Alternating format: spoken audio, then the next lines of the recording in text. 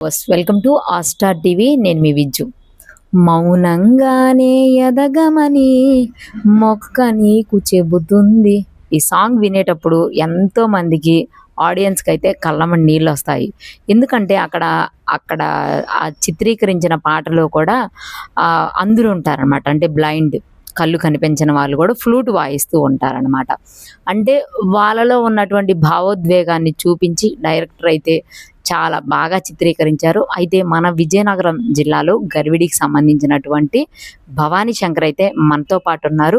కళ్ళు కనిపించవు అయినా కానీ కంప్యూటర్ నేర్చుకుంటున్నాడు, డిగ్రీ చదువుకున్నాడు, స్మార్ట్ ఫోన్ బాగా యూస్ చేస్తున్నాడు, దాంతోపాటు మిమిక్రీ కూడా చేస్తాడండి.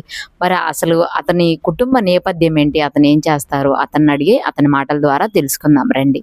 హాయ్ భవానీ శంకర్. హాయ్ అమ్మా, ముందుగా ఆస్టార్ మీడియా ప్రేక్షకులందరికీ నమస్కారం. ఓకే, మీరు ఎక్కడ ఉంటారు? మీ తల్లిదండ్రులు ఏం చేస్తూ ఉంటారు? మాది పాపర్ వచ్చేసి గర్విడి మండలం, తాకిగోగ గ్రామం అమ్మ. మాది విజయనగరం జిల్లా మాది మండలం. మీ కుటుంబ నేపథ్యం ఏంటి? మా కుటుంబ నేపథ్యం అంటే మా అమ్మగారేమో కూలి పని చేస్తారండి, నాన్నగారు కూడా వ్యవసాయం చేస్తుంటారు. నేను డిగ్రీ చదువు అయిపోయిందండి. ఖాళీగా ఉండటం ఎందుకని కంప్యూటర్ నేర్చుకుంటున్నానండి. అంటే కంప్యూటర్ నేర్చుకోవాలి అంటే కొంచెం కష్టమైంది కదా, ఎందుకు అని అనుకోలేదా? లేదండి, అంటే ఇప్పుడు మేము కష్టం అనేది ఏది కూడా కష్టం అయితే దాన్ని మనం కష్టాన్ని ఎప్పుడు కూడా మనం సులభం అనిపించుకోవాలి. మనం ఇప్పుడు కూడా అంటే మాకు బ్లైండ్ వాళ్ళకి ఏకంటే అందులోకి ఏకంటే యాక్సెసిబిలిటీ అనేది ఒకటి ఉంటుంది. అంటే వాయిస్ ఉంటుంది, ఎన్విడిఏ, తర్వాత జాసు, అలాగే మొబైల్కి అయితే టాక్ బ్యాక్ యాక్సెసిబిలిటీ, ఇప్పుడు ఓకే గూగుల్, ఇలాంటివన్నీ ఉంటాయి. ఆ ఫ్యూచర్స్ ద్వారా మేము సిస్టమ్ అనేది వర్క్ చేస్తూ ఉంటామండి. అలాగే స్మార్ట్ ఫోన్ బాగా యూజ్ చేస్తున్నావు, అంటే ఎక్కడ నేర్చుకున్నావు? అది కొనాలని ఎందుకు అనుకున్నావు? డబ్బులు ఎవరిచ్చారు? కొనాలని ఎందుకు అనుకున్నానంటే, స్మార్ట్ ఫోన్ ఎక్కడ నేర్చుకున్నానంటే, నేను 4వ తరగతి నుంచి 10th వరకు ద్వారకామాయిలో చదువుకున్నాను. కాబట్టి నాకు ఒక తెలిసిన సార్ అని ఒక అతను ఉన్నారు. అతని పేరు జగన్నాథం అనమాట, మాచర్ల జగన్నాథం అతని పేరు. అతను టాక్ బ్యాక్ వాడుతుంటే డబల్ ట్యాప్ చేసేవారు అనమాట. ఇప్పుడు చెప్తాం కదా కదండి, ఇంగ్లీష్లో తెలుగులో చెప్తాం కదా కదండి వాయిస్. అది విని అతను ఎలా టైప్ చేస్తున్నారు, అతను ఎలా అతను ఎలా యూజ్ చేస్తున్నారు అనేది అది విని నేను దాని ద్వారా అతని దగ్గర నేర్చుకొని నేను ఆ టాక్ బ్యాక్ అనేది నేర్చుకొని అది వేరే వాళ్ళ చేత పెట్టించుకొని వాడుతున్నానండి. ఓకే, అంటే ఇప్పుడు నీకు బ్లైండ్నెస్ ఎంత శాతం ఉంది? డాక్టర్స్ ఎంత శాతం అని సర్టిఫికెట్ ఇచ్చారు? 100% అండి, ఫుల్ బ్లైండ్. మరి మీ ఊరు నుంచి ఇక్కడికి ఎలా వస్తావు డిగ్రీ చదువుకోవడానికి రోజు? నేను ఇంతకుముందు ఏంటంటే హాస్టల్ ఉండేదండి. నాకు 4వ తరగతి నుంచి 10వ తరగతి వరకు నేను ద్వారకామాయిలోనే చదువుకున్నాను. ఇంటర్ నెల్లిమర్ల సికేఎం కాలేజీలో చదివాను. మా మేడం గారి పేరు ఆశా జ్యోతి గారు అండి. ఆవిడ ఖర్చులన్నీ పెట్టేసి ఆటోతో తీసుకొని వచ్చేవారండి. తీసుకొని వచ్చి అక్కడున్న స్టాఫ్ కూడా నాకు ఎంతో సహాయ సహకారాలు అందించేవారండి. అక్కడున్న స్టాఫ్, అక్కడ మా సంబంధించిన తెలుగు విజయలక్ష్మి మేడం గారు, అలాగే ఇంగ్లీష్ మేడం గారు అనే సగ్నం మేడం గారు, అలాగే హిందీ మేడం గారు సూర్యకుమారి గారు, అలాగే మిగతా బ్లైండ్ అతను జగన్నాథం గారు. ఓకే, నీకు ఫంక్షన్ ఎంత వస్తుంది? ఫంక్షన్ 6,000 వస్తుంది. 6,000 వస్తుంది. దాన్ని దేనికి ఖర్చు పెట్టుకుంటావు?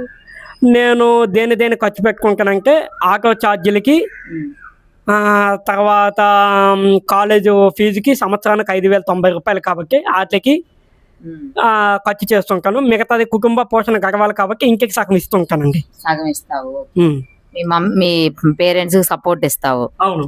ఓకే, ఇప్పుడు నువ్వేం అవ్వాలనుకుంటున్నావు ఫ్యూచర్లో? నువ్వు మిమిక్రీ చేస్తావంట. ఇప్పుడు ఆయనది మిమిక్రీ చేయి, 2 డైలాగులు. ఓకే. ఎవరా జాగున్నావు మంచి కూజాలకున్నావు, వెనకుంటే కూజాలు సింబల్ అవుతాయి. చూసినారుగా ఆస్టార్ మీడియా వాళ్ళు మన ముందుకు వచ్చినారు. ఆ మీడియా ఛానల్ని సబ్స్క్రైబ్ చేసుకోండి, మంచిగా ఉంటుంది.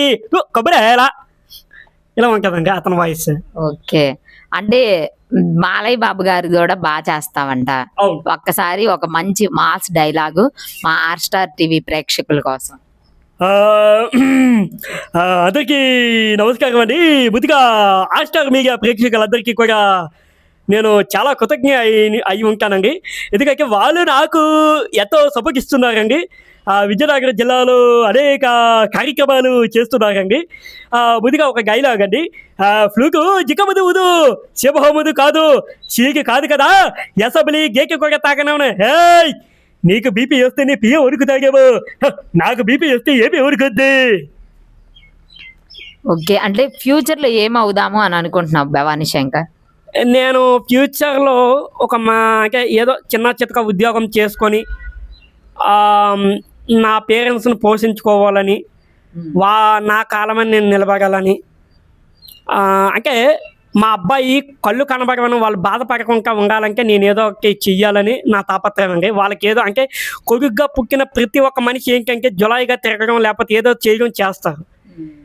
చాలామంది కళ్ళున్న వాళ్ళు ఏంటంటే ఎక్కడెక్కడ తిరుగుతారు, తర్వాత తల్లిదండ్రులు చెప్పిన మాకు వినరు. కానీ నేను అలా కాదండి.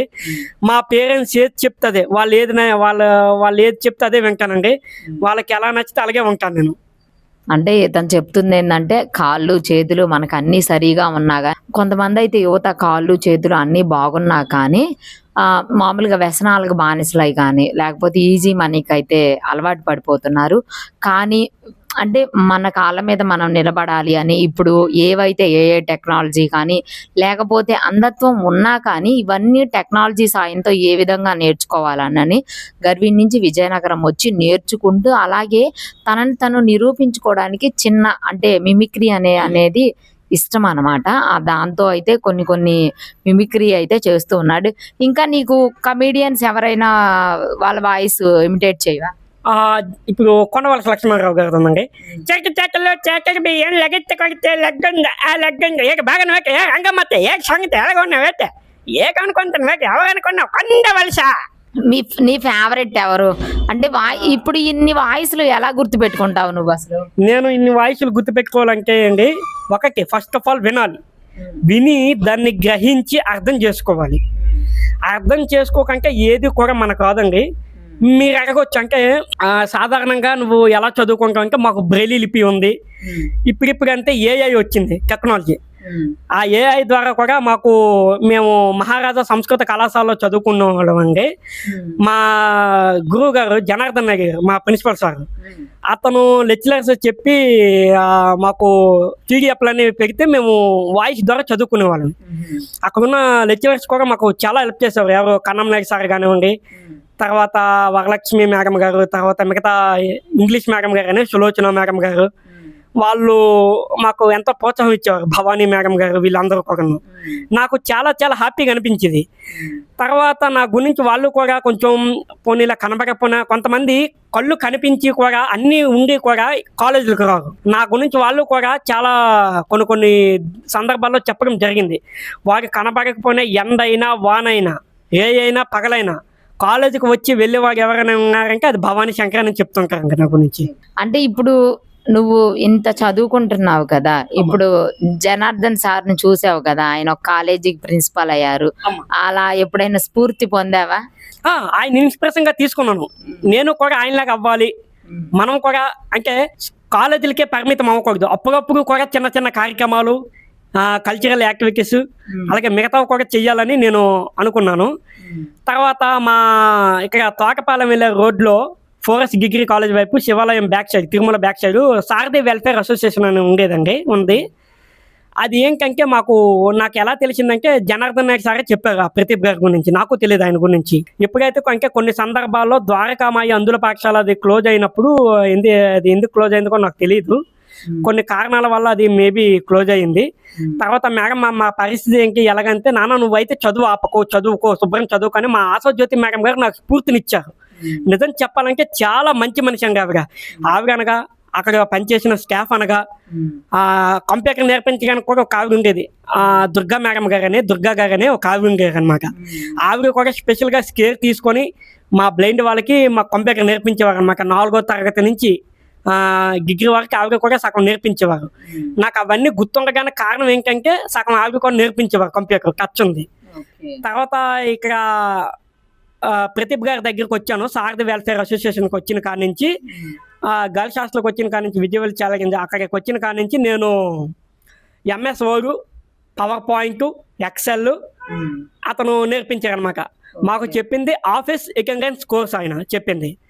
అతని ద్వారా నేను సెంట్రల్ గవర్నమెంట్ సర్టిఫికేట్ కూడా పొందా. జేఎస్ఎస్ అని జనశిక్షణ సంస్థ. ఇప్పుడు మామూలుగా నీకు ఇన్ని స్కిల్స్ అయితే నేర్చుకుంటున్నావు కదా, వీటిని అంటే ఉపయోగించడానికి ఒక అవకాశం అయితే ఎవరో ఒకరు ఇవ్వాలి కదా ఉద్యోగం చేయాలని. అంటే నువ్వు జాబ్ చేయాలని అనుకుంటున్నావా? డిగ్రీ అయిపోయింది కదా, అంటే మళ్ళీ చదువుకోవాలనుకుంటున్నావా?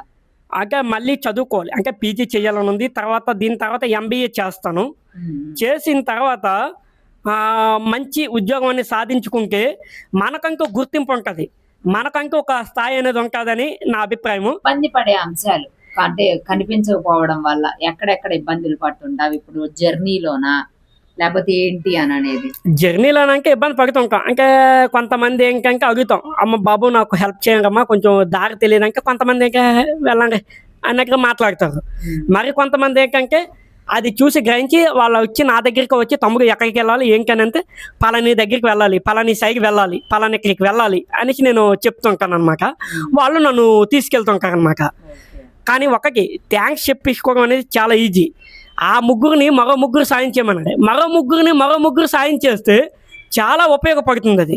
అది ఎవరవని, ఇప్పుడు దివ్యాంగులు అవని, తర్వాత మిగతా వృద్ధులు కానివ్వండి, అలాంటి వాళ్ళకి ఆ మరో ముగ్గురు సాయం చేసి తోగి చేస్తే నాకు చాలా మంచిదని నేను అనుకుంటున్నాను. ఇప్పుడు మీరు మెగాస్టార్ చిరంజీవి గారి సినిమా చూసి ఉంటారు, స్టాలిన్. ఆ స్టాలిన్ స్ఫూర్తి కంటే నువ్వు సినిమాల గురించి సీరియల్స్ గురించి తెగ చెబుతున్నా మాట్లాడుతున్నా, నాకైతే అసలు ఇది నాలెడ్జే లేదు వాటి గురించి. నీకు సీరియల్స్ ఒక 10 సీరియల్స్ నేమ్స్ చెప్పు. ఈటీవీ ఎక్కువ బాగా చూస్తానండి. ఈటీవీలో వచ్చిన సీరియల్ 2010లో వచ్చిన సీరియల్ అయితే ఆగదే ఆధారం, చంద్రముఖి, తూర్పు వెళ్ళే రైలు, తర్వాత కుంకుమరేఖ, ఆకాశగంగ, అవి అప్పుడు సీరియల్ అండి. జయము, అవి అప్పుడు సీరియల్. నాకు ఈటీవీకి నేను పెద్ద ఫ్యాను.